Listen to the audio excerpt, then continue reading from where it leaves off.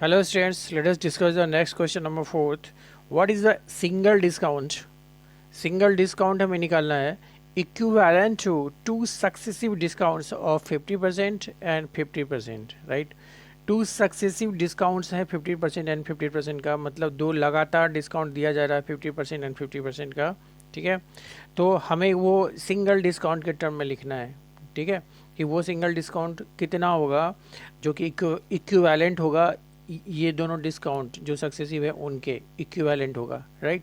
चलिए सॉल्व करते हैं। तो सबसे पहले इसमें हमें एमआरपी मानना पड़ेगा कि एमआरपी क्या है, ठीक है। तो लेट एमआरपी ऑफ गुड्स का नाम नहीं दिया है, हम आर्टिकल लिख सकते हैं। MRP of an article equals to rupees X मैंने मान लिया, ठीक है। एक्स रुपीज़ एमआरपी है किसी आर्टिकल पे, ठीक है। और इस पे हम क्या कर रहे हैं, डिस्काउंट दे रहे हैं। कितना कितना दे रहे हैं, 50% एंड अगेन 15%, दो बार दे रहे हैं।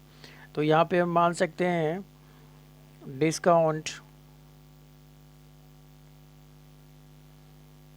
D1 equals to 50%. Let first discount D1 equals to 50% and second discount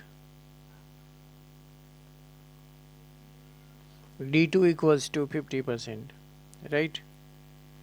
अब अगर ये दो सक्सेसिव डिस्काउंट है तो उस केस में हमारा सेलिंग प्राइस कितना हो जाएगा आर्टिकल का, ठीक है। तो उसका एक फार्मूला होता है, उससे हम निकाल लेते हैं। तो लिखेंगे selling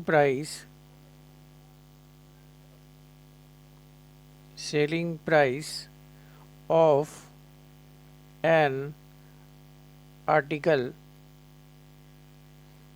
after two successive discounts, right. जो कि कितना आपका D1 एंड D2 जो हमने एज्यूम कर रखा है, इसकी वैल्यू भी दी हुई है 50% एंड 50%।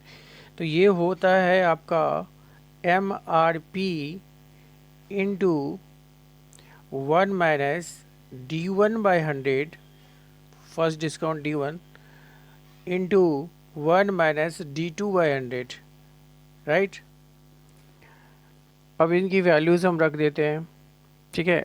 MRP को हमने कितना माना है, x, तो ये हो गया x इंटू 1 माइनस D1 भी आपका 50 है और 1 माइनस D2 भी आपका 50 है,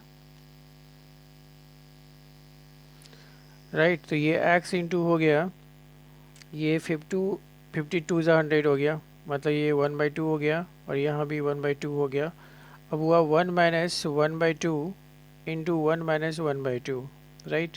तो x into 1 minus half and 1 minus half, तो ये हो गया हाफ इंटू हाफ हो गया, डेट इज x/4 हो गया, राइट। तो ये हो गया selling price of an article after two successive discounts, right. अगर ये सेलिंग प्राइस है तो डिस्काउंट कितना हुआ, राइट। तो डिस्काउंट इक्वल्स टू हो जाएगा, अब ये जो डिस्काउंट हम लिख रहे हैं ये आपका सिंगल डिस्काउंट लिख रहे हैं क्योंकि इसमें ये दोनों ही डिस्काउंट इन्वॉल्व हैं, दोनों सक्सेसिव डिस्काउंट, राइट। तो ये डिस्काउंट जो होगा इन दोनों की इक्विवेलेंट वाला डिस्काउंट का अमाउंट होगा, राइट। डिस्काउंट इक्वल्स टू कितना होगा, जो MRP था, ठीक है, वो हमारा कितना था, पहले एक बार फार्मूला लिख ले। MRP माइनस सेलिंग प्राइस हो जाएगा। MRP हमारा x जो कि एज्यूम कर रखे हैं, राइट, और सेलिंग प्राइस हमने निकाला x/4, राइट।